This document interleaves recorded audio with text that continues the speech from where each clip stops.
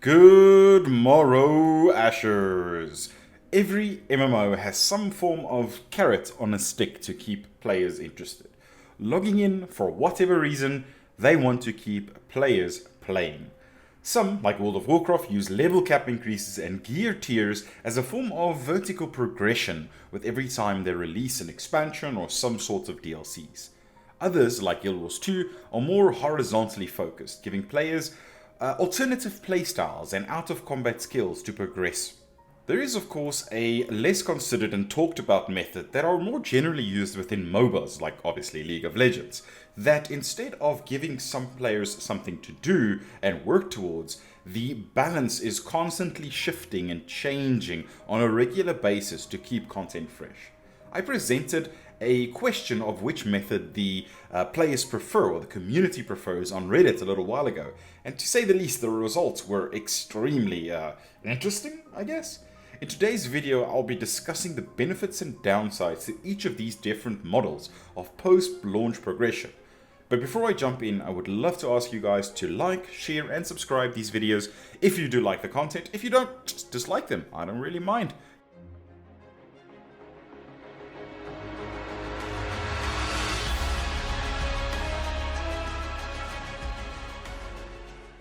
In the Reddit poll, which you should be able to see on screen right now, it is very clear that there's a big split among the community that is currently following the game.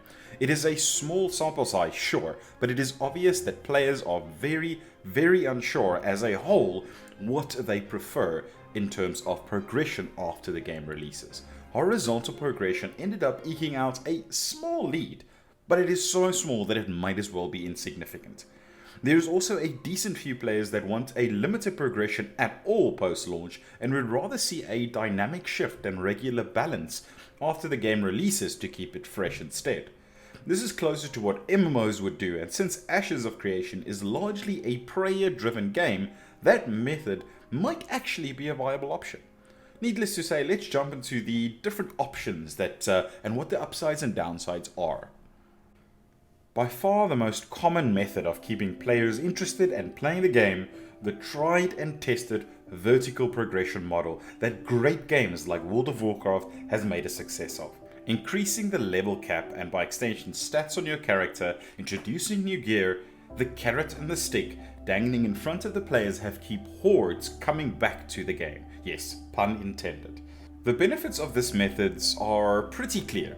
Higher player return rate on DLC or expansion releases, letting players feel rewarded and satisfied with their time spent. It also allows devs to easily add new challenging content to the game by the sheer virtue of increasing the numbers required to beat a boss. As a standard, an MMO player loves to get rewarded for their time spent and challenged in the content they're completing. Just as important is that every expansion or increase has the potential to shake up the meta in the game, adding a lot of freshness to an otherwise potentially stale game state, an almost perfect recipe in terms of MMOs. Note that I said almost, that is the key word there. By introducing vertical progression, the game also adds complexity and a barrier of entry for new players, even if it's mostly psychological in some cases. Players feel forced to partake and keep up, causing discontent and frustration, oftentimes without even the player realizing what the real issue at hand is and why the way they feel the way they do. Taking a break from a game that uses a vertical progression method feels absolutely terrible and can very much discourage people from playing the game long term. On the flip side, games like Guild Wars 2 strive to keep players relevant despite breaks from the game and instead providing gameplay alternatives for players in the form of horizontal progression. Who would have guessed? While there are plenty of arguments to be had for limited success of this model or concept, as the horizontal progression in very many of these games usually present quite the bit of power creep, this method is way less of a carrot and more of an apple. If that makes any sense. It does in my head, okay? Whatever.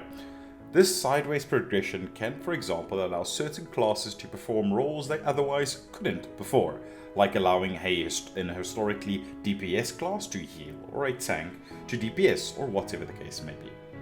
Now obviously this method is far from as satisfying as vertical progression can be, Instead, these guys have to rely on excellent, and I mean really excellent content in the form of encounters and gameplay variety that is not intrinsically tied to their class.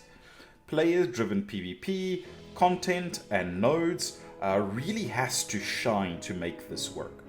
Additionally, loot becomes less relevant the longer the player plays, which can lead to quite the meh situation when completing any content.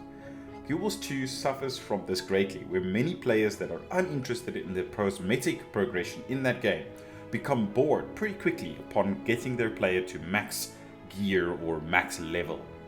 That brings me to my final points in this discussion. No progression at all. No new levels, no new gear tiers, no alternative playstyle for classes. Everybody is absolutely freaking out that is a regular MMO player and is probably listening to this right now. This might seem insane and the antithesis of what you would expect or want from an MMO, but I don't think it is off the table as a concept. No progression could take on many forms, but the primary one I can think of that might actually work is a heavy focus on meta shifting and heavy balance in the form of the PvP content as well as PvE encounters like raids and stuff. These changes in the meta could very well keep the content fresh and allow players to constantly adjust their builds to react to how the meta is ever changing. Even new archetypes could be released and falls into this category, although that's kind of a more horizontal progression kind of thing. If MOBAs can make this work, I'm not sure that MMOs can't, especially ones that is as focused on PvP as Ashes plans to be. An ever-changing meta where players can constantly change the way they play the game or build their characters can be really, really fun in my opinion. To make this work, Intrepid will need a heavy hand on PvP balance, especially instance PvP needs to be good. Guild Wars, arenas, etc. needs to do well for the game to flourish. I personally think this is the most exciting method if, and this is a really, really big if, Intrepid can pull this off properly. If they are going to half-ass it or are not able to make it exciting in some form or another, even if they have to do something revolutionary, they shouldn't even attempt it. Not even in the slightest. Just stick to the other two tried and trusted methods and leave this one be. Well, that about wraps up the video, but I really want to know what you guys have to think. Reddit isn't the only place that people interact with me, so let me know. Do you want vertical progression, more levels, more abilities, more caps, alternate playstyles? Let me know what you would like from post-launch progression in Ashes of Creation. Anyway guys, I hope you enjoyed this video. Have an awesome week and may Ashes be amazing.